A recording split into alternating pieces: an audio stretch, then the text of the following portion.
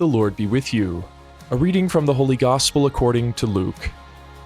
That very day, the first day of the week, 2 of Jesus' disciples were going to a village 7 miles from Jerusalem called Emmaus, and they were conversing about all the things that had occurred. And it happened that while they were conversing and debating, Jesus himself drew near and walked with them, but their eyes were prevented from recognizing him. He asked them, "What are you discussing as you walk along?" They stopped, looking downcast. One of them, named Cleopas, said to him in reply, "Are you the only visitor to Jerusalem who does not know of the things that have taken place there in these days?" And he replied to them, "What sort of things?" They said to him, "The things that happened to Jesus the Nazarene, who was a prophet, mighty in deed and word, before God and all the people. How our chief priests and rulers both handed him over to a sentence of death and crucified him. But we were hoping that he would be the one to redeem Israel. And besides all this, it is now the 3rd day since this took place. Some women from our group, however, have astounded us. They were at the tomb early in the morning and did not find his body.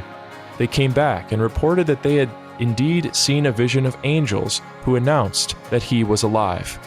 Then some of those with us went to the tomb and found things just as the women had described, but him they did not see." And he said to them, "Oh, how foolish you are! How slow of heart to believe all that the prophets spoke. Was it not necessary that the Christ should suffer these things and enter into his glory?" Then, beginning with Moses and all the prophets, he interpreted to them what referred to him in all the scriptures.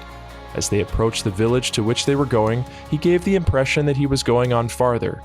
But they urged him, "Stay with us, for it is nearly evening and the day is almost over." So he went in to stay with them. And it happened that while he was with them at table, he took bread, said the blessing, broke it, and gave it to them. With that, their eyes were opened, and they recognized him, but he vanished from their sight. Then they said to each other, "Were not our hearts burning within us while he spoke to us on the way and opened the scriptures to us?" So they set out at once and returned to Jerusalem, where they found gathered together the 11, and those with them who were saying, "The Lord has truly been raised and has appeared to Simon."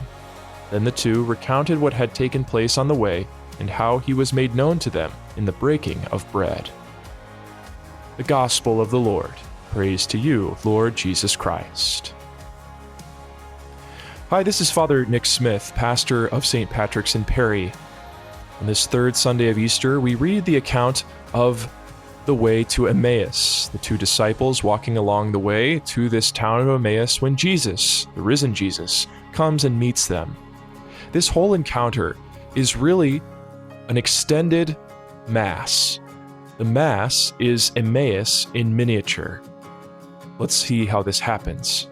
The 2 disciples are in procession from Jerusalem to Emmaus. They're walking in a procession towards the place where they will have this encounter with Jesus. Jesus comes to the 2 disciples and gives them the greatest Bible study in the history of the world, starting with Moses and the prophets and ending with how they are fulfilled in Jesus Christ in the New Covenant. This is the liturgy of the Word. Jesus gives the greatest, not only the greatest proclamation of the Word, but then the greatest homily by explaining all of it to them. Their hearts become burning within them, and they hunger for more. So they arrive at Emmaus, and what happens? Their guest, who happens to be the risen Christ, takes, blesses, breaks, and gives bread, the exact form of the Eucharistic celebration. When they realize what's happening, their eyes are opened by the grace of God. They recognize him.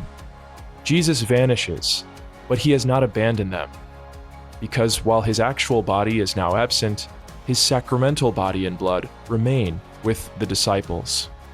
The proclamation of the Word written down is to foster our appetite for the Word made flesh in the Eucharist, which is the high point, the climax of every Mass, just as it is the high point of this Emmaus account. The risen Christ never abandons us. He wants to stir up our hunger for him always, and he even feeds us with the Word made flesh, his own body and blood. May God bless you, and let us continue praying for each other.